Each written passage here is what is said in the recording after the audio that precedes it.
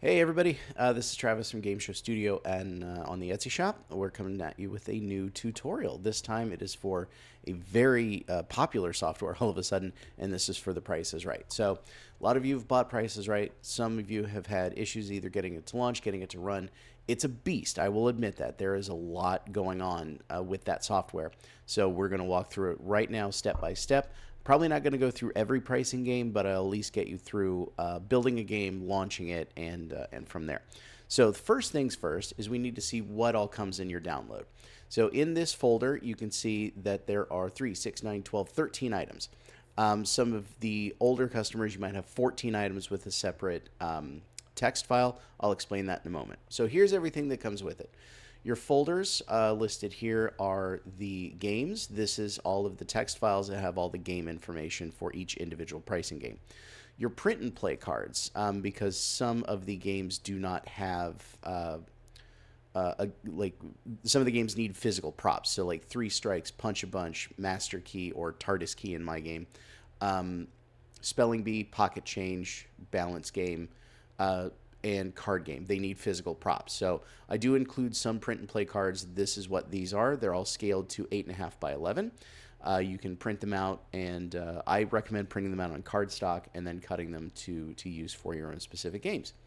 The SWF, these are all the individual pricing game files that the shell program is going to need to pull out. So anything in this folder, do not touch, do not open. It will not function without the shell program. And then the 3 PDFs, you have the Rules Bible, which gives you the rules for each individual pricing game, the CPanel Operations Guide, which is how to run everything, and then Purchase Documentation. This is the listing of all the games that are going to need physical props, basically. So 3 Strikes, you have the print and play cards, card game, dice game, you do need dice for that. Gallery game, hole in one, let 'em roll, lucky 7, requires the 7 $1 bills. On the nose, Plinko, Pocket Change, Punch a Bunch, Shell Game, Spelling Bee, Super Ball, TARDIS Key, and Walk of Fame. For Plinko and for Super Ball, I do give a specific board game or external game prop that can be purchased. This is slightly outdated, so my guess, my recommendation would be get whatever's the closest that you can to these. This was done up, I believe, in late 2022 when I did my research. I will continue to do new research and see if I can find a new variant for those, for the Plinko board and for the skee ball ramp for Super Ball. Then you come to this. This text file is rundown.txt. This is if you want to play a specific 6-game episode. We'll show you how to build that when we get to the builder. And then all 6 of these programs. These 3 with the logos, those are exe files. So if you're running on Windows, a PC format, you're going to run these. If you're in a Mac environment, you're going to run these. These are the SWF files. And in your download, you will also get a Mac engine zip file that will have the instructions on how to launch a Swift file to run your game properly. So this is everything that your program comes with. Now you're probably wondering, well, how do I set up my own pricing games? How do I put in my own prizes, my own prices?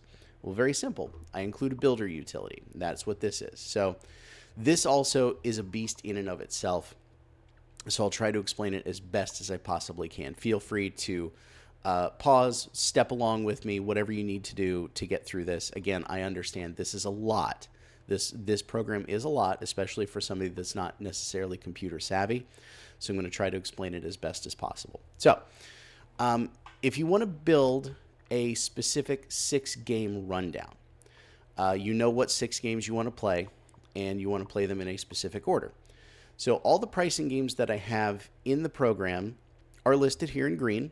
And then off to the right of that title is a code between 2 and 7 characters. That code basically tells the shell program what program to pull and what text file to pull the information from. Everything is named the same. So for instance, like 3 Strikes, if I'm doing my alphabet correctly, is right here. So that code is the number 3, the letter X. So there's a text file in the games folder named 3x.txt, and there's a file in the Swift folder named 3x.swf. That code is going to pull everything. So let's put 3 strikes into our lineup. Code is 3x. And then where do we want to slot it? Let's lead off with 3 strikes. So we'll click the blank next to Act 1. And of course that didn't go in because it is case sensitive. So you should have caps lock turned on for this. I didn't, so that was my bad. So you saw me make a mistake. So if that happens to you, make sure your caps lock is turned on because everything is case sensitive for this. Let's go into the retired games, and we're going to put Fortune Hunter in the lineup as well. We'll put that in Act 2. And then something with kind of a longer title. Let's say Hole in 1 or 2. So we'll put Hole in, but I want to end the show with that. So we're going to put that in Act 6. So the text blank on the buttons will shrink to fit. If it's a very long title, it will shrink to the width of that button. Again, this is only for your reference. This will not be seen by audience, by even your operator at the control panel. This is just for you, so that way you can see the full title of the game that you're putting in the specific slot. And then we'll put checkout. We'll put a grocery game. We'll put that in Act 3. Let's do. I've already got a retired game. Let's put in. Squeeze play should be a nice Act 4. We'll put that there. And then in Act 5, let's see, I've got a multi-prize. I've got 2 car games.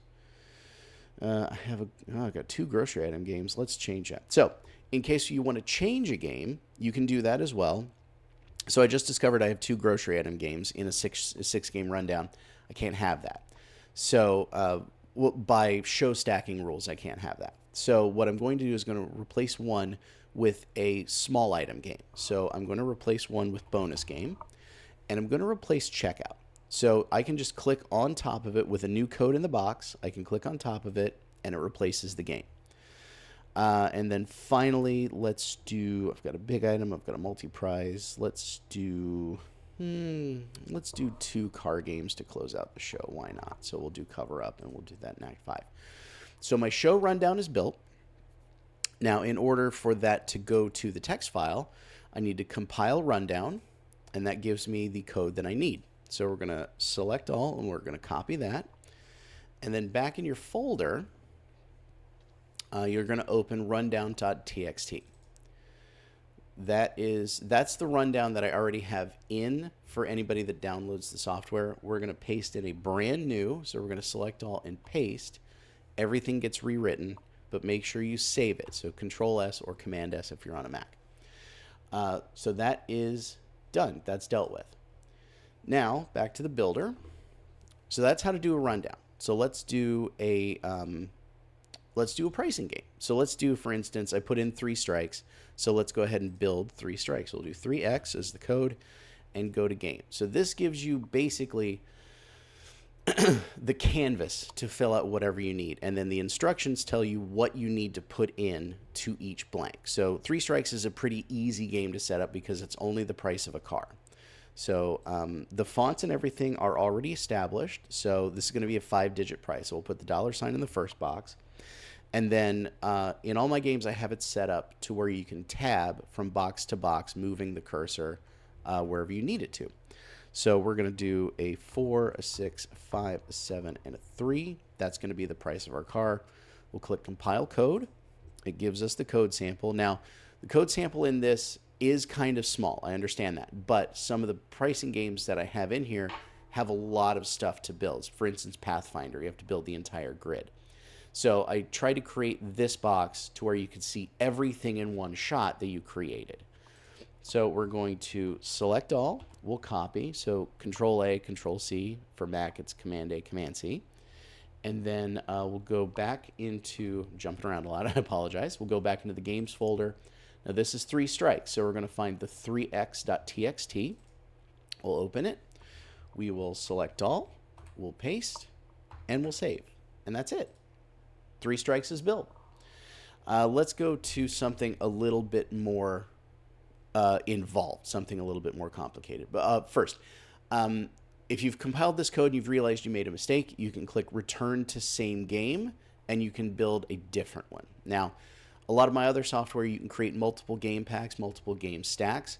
For Price is Right, you can only do one pricing game, like one set of information for one specific pricing game. I don't have like, you don't put in a game pack number and it pulls like whatever stack of 3 strikes.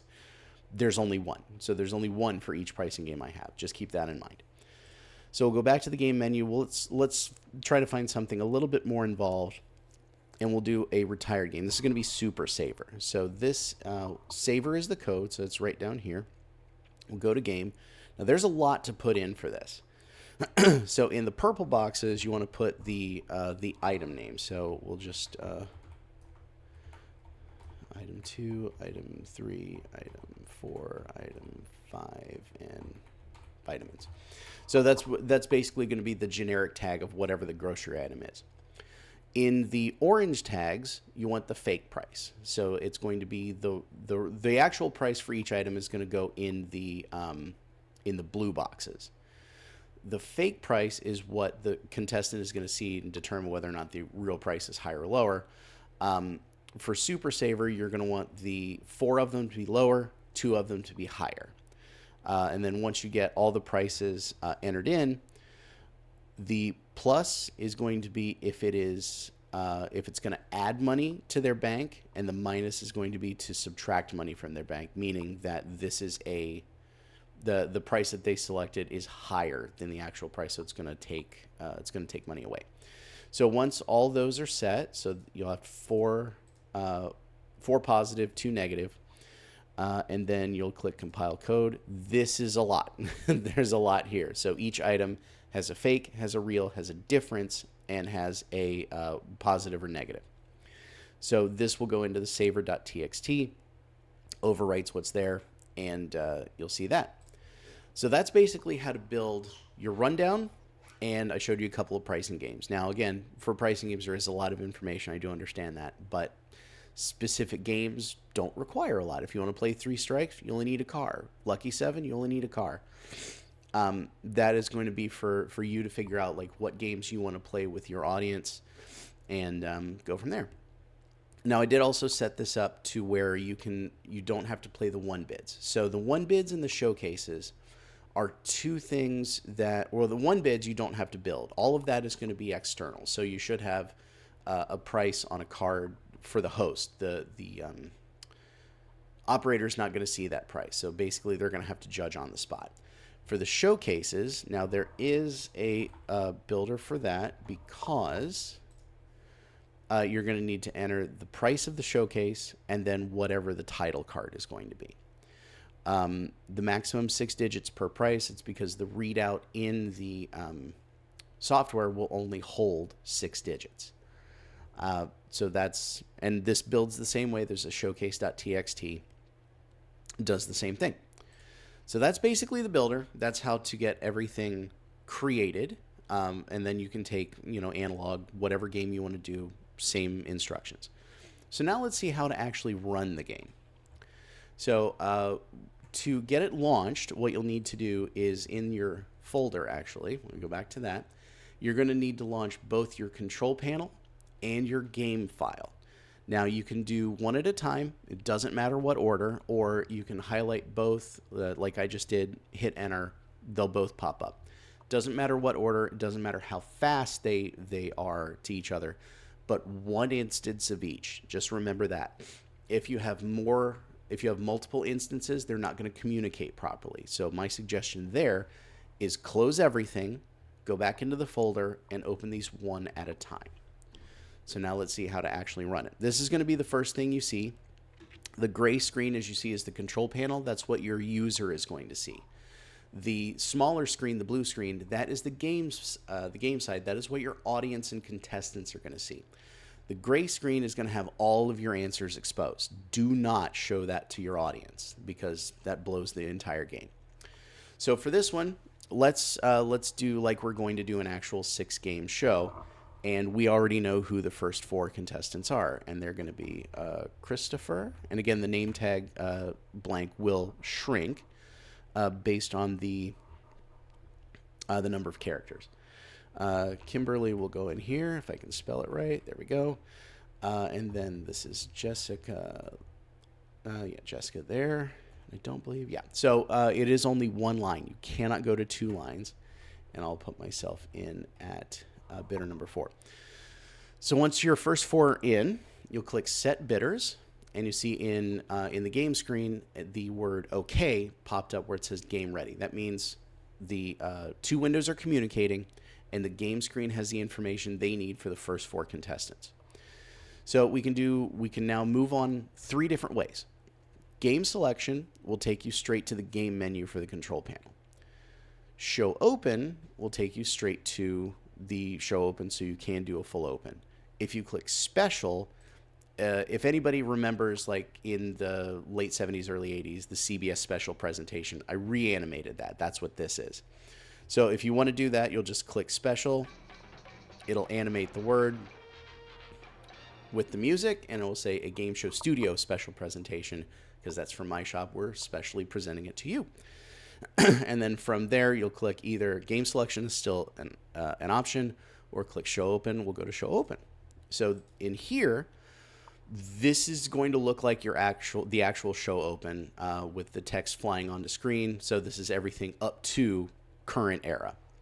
But I made it to where you can put whatever you want as the flying text. And again, it's hit your tab key to bounce in between the windows, because the text window only starts at 50 pixels wide. So you're either going to need to bullseye it with your cursor like that, or the easiest way is just hit tab and you'll see the flashing cursor. So we'll do very simple, come on down, win, win, win, and then it's party time. So the again, the text will expand and contract. You can go to multiple lines in these. So that way you can put really whatever you want in the boxes. The text box knows its limits, so it will expand and contract as necessary.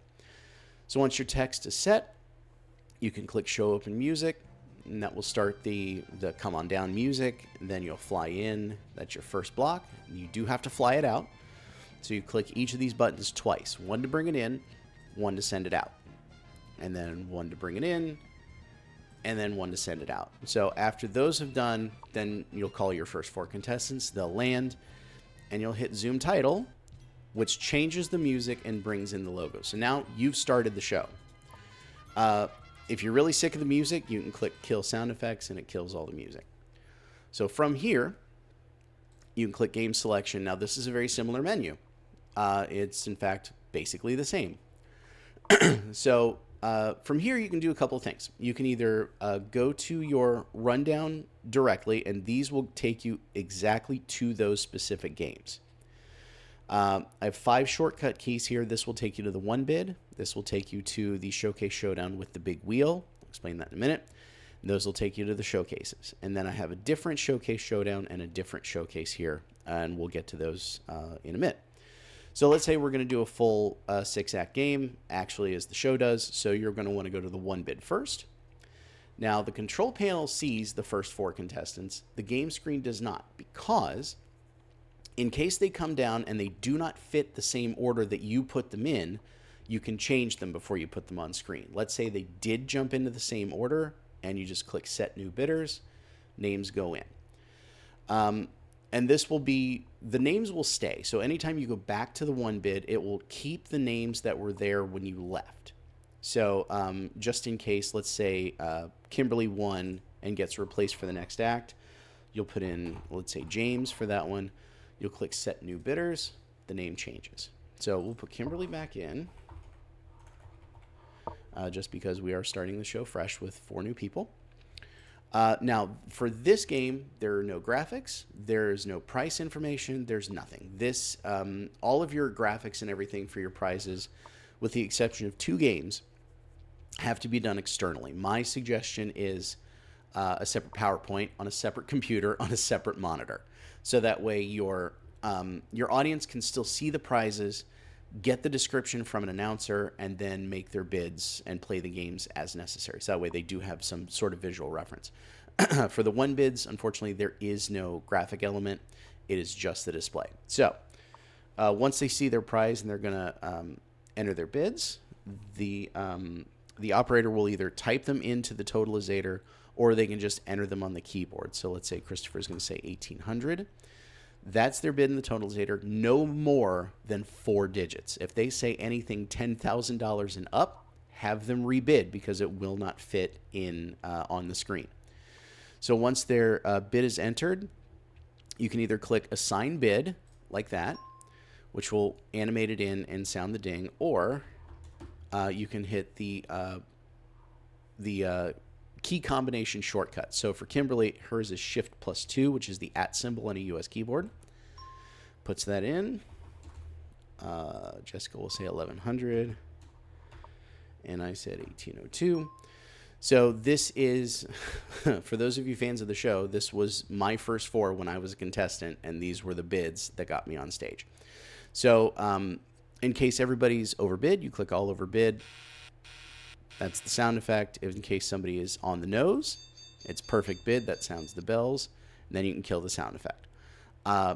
To trigger a winner, what you'll do is click their bid. Click the winning bid. Don't click Assign Bid. That's going to blank it out. Or click anything else. If let's say if I won with 1802, I'm going to click that. It's going to blink my scoreboard. It's going to sound the fanfare. And then we'll go to game selection. And then we can do a couple things from here to go to a new game. If you're playing the 6-show rundown, you'll just go to the next game on the list that you haven't played. If you want to go to any other pricing game, you'll do exactly what you did in the builder. You'll put the code into the box and then go to that specific game. So we'll go by the show rundown. So our first game is 3 strikes.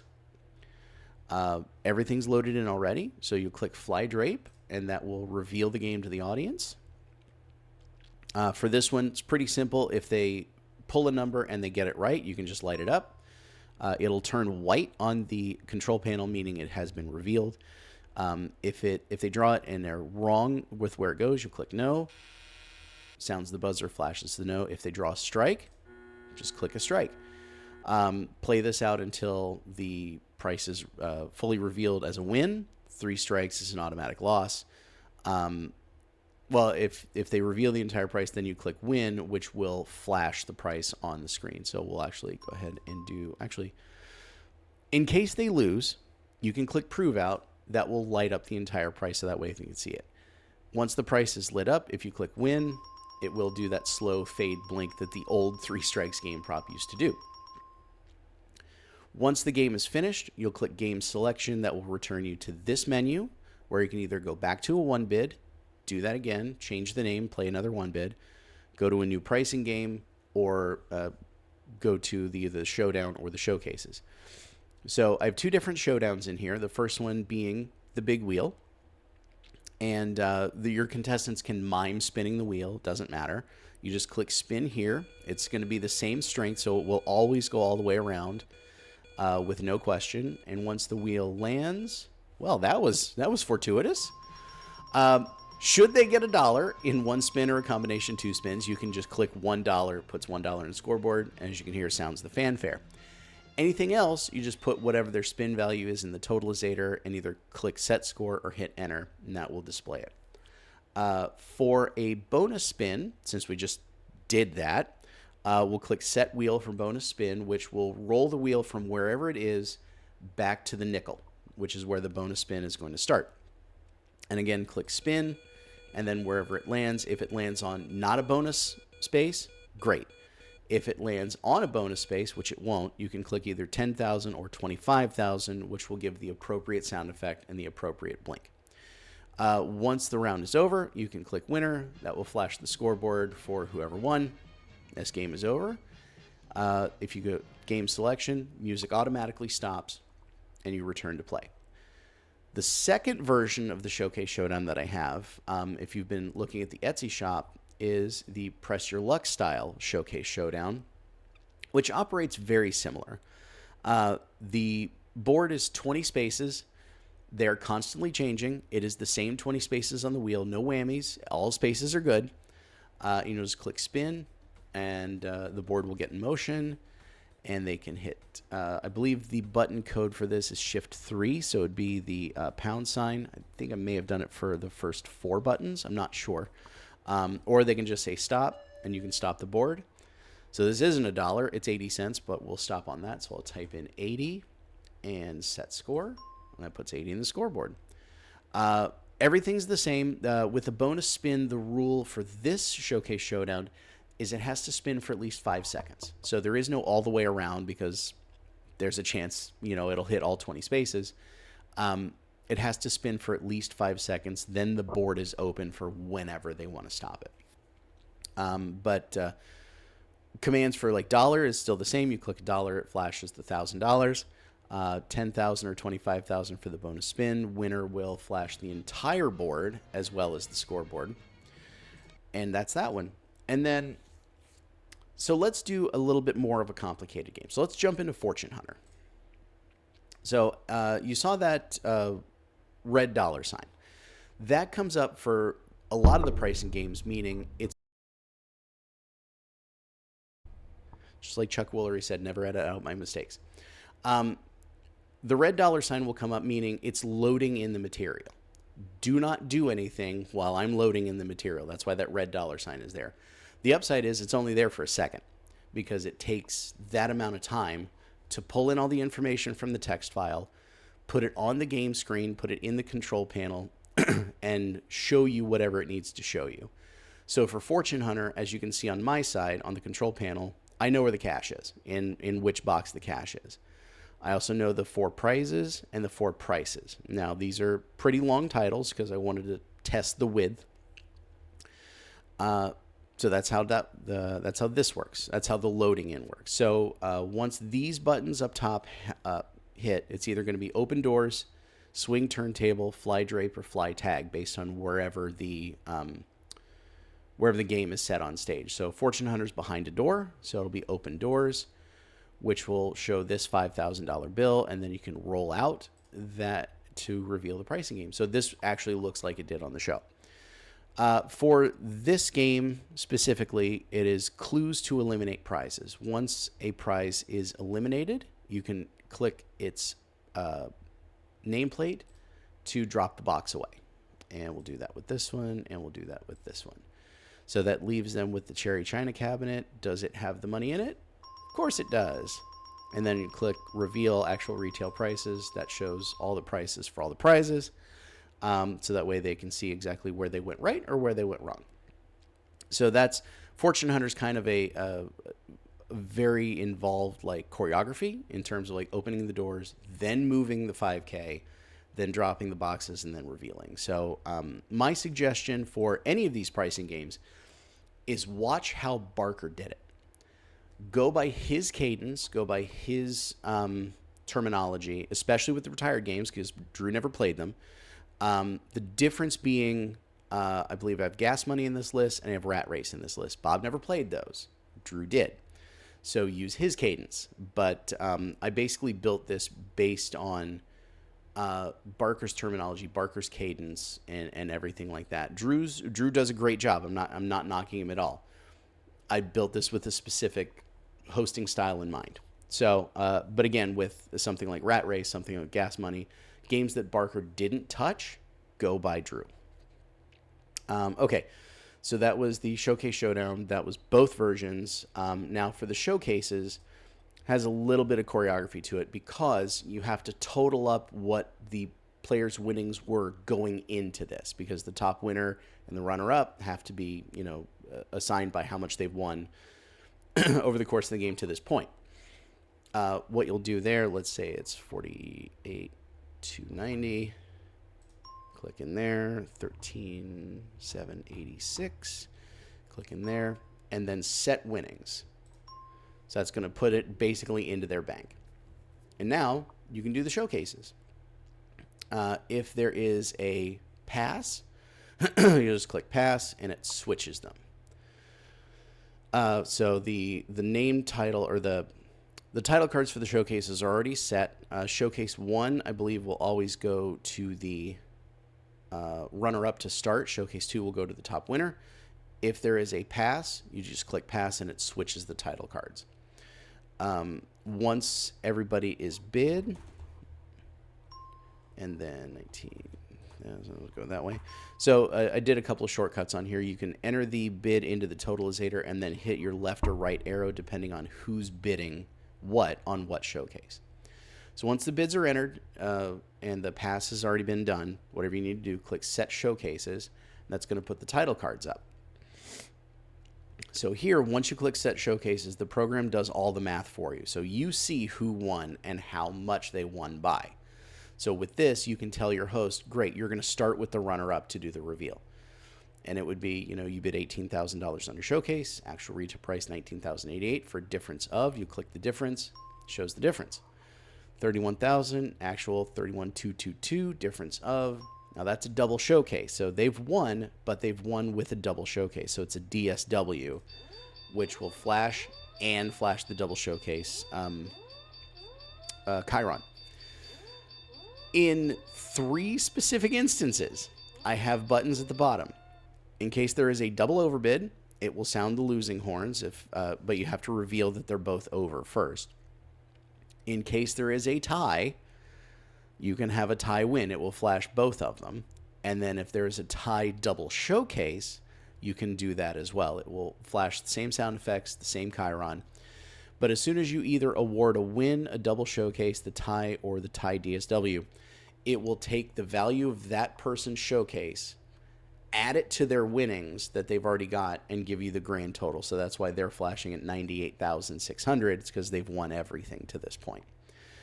They've won both showcases and the 48,290 that they came into this game with. The last thing I want to show you is the Mega Showcase. So this is the Australian version, the Australian Larry Emser era Mega Showcase, where there are 9 prizes. 1 showcase, 9 prizes, 2 players. The way this works is the players will bid back and forth until somebody nails the price on the nose. They're given a range to start, and you'll click this button to load it in. So the players have to be facing away from the screen, or else they're going to see it and you've blown the entire thing. You'll start them with a range of, let's say that, and 262, 750. They're going to bid back and forth. Whoever nails it right on the nose, 262576, is declared the winner, and they will have control of the showcase. So from here, you'll go to the prize board, and you'll get the red $sign again before you reveal it. You'll swing the turntable around. All the prizes are on the board. This takes a little choreography. They're always going to have prize 9 is always going to be the most expensive. What they have to do is put everything else in order from least to most. So the least expensive has to go in 1, the most expensive in 9. Prize number 9 is always locked in because it is always the most expensive. It's always the last one shown in the showcase. This is the order in which they're revealed in the showcase. What they need to do is put them in price order. So to do that, you see all the prices on the operator screen. They don't. So this contestant is going to put prize number 3, which is the greenhouse, and they're going to put it in slot number 1, which takes whatever was in slot number 1 and moves it to 3. So it's very much like a shell game kind of thing. You put 1 here, but it moves that prize to where it was. So once they get everything locked in, how they won it, we'll do that one there. And then we'll do 6 to 5, and then we'll do 7 to 6. Actually, we'll do 8 to 6, and then we'll do 7 to 8, and 6, 10, 15, 18, 59, 145. Okay, so they're locked in. They're happy with this, which is really good because they've won. We know that. They don't. So the host is going to call one at a time for prizes to be revealed. You'll just click whatever slot it's in. So we'll reveal the car first in slot 9. Shows the price. We'll reveal the greenhouse in slot 1. So on and so on. There is no prove out because you do have to reveal the prices one at a time. In case there is a loss, you just click loss. Sounds the klaxon and everything there. In case you make a boo-boo, and you put a prize where it shouldn't be, if you click reset, that fully reloads the game back to the original state of the board. So where the prizes were when you came into this act. So trip to Amsterdam and the jewelry, That was the first prize revealed in Showcase. It's back to the top of the board. So basically, you'll have to start over. But that's really the only pricing game where you do have to start over because there is so much choreography going on with this one. But that's it. That's basically how to do it. All the other pricing games are covered in the operations manual. This was basically just show you how to launch the game, how to get it going, and then if you do want to start over for any reason, you click Game Info. You come right back to the home screen. Okay, that's it. So thank you guys for watching. That was a pretty detailed tutorial on how to operate the Price is Right software. It's been a long time coming, so thankfully it's going to go up today. And please enjoy it. If you have anybody that's interested in Price is Right software, send them to the Etsy shop. I just dropped my prices on everything, and then this tutorial is going to be a great help for anybody that's kind of stuck. So thank you for watching. We'll see you next time.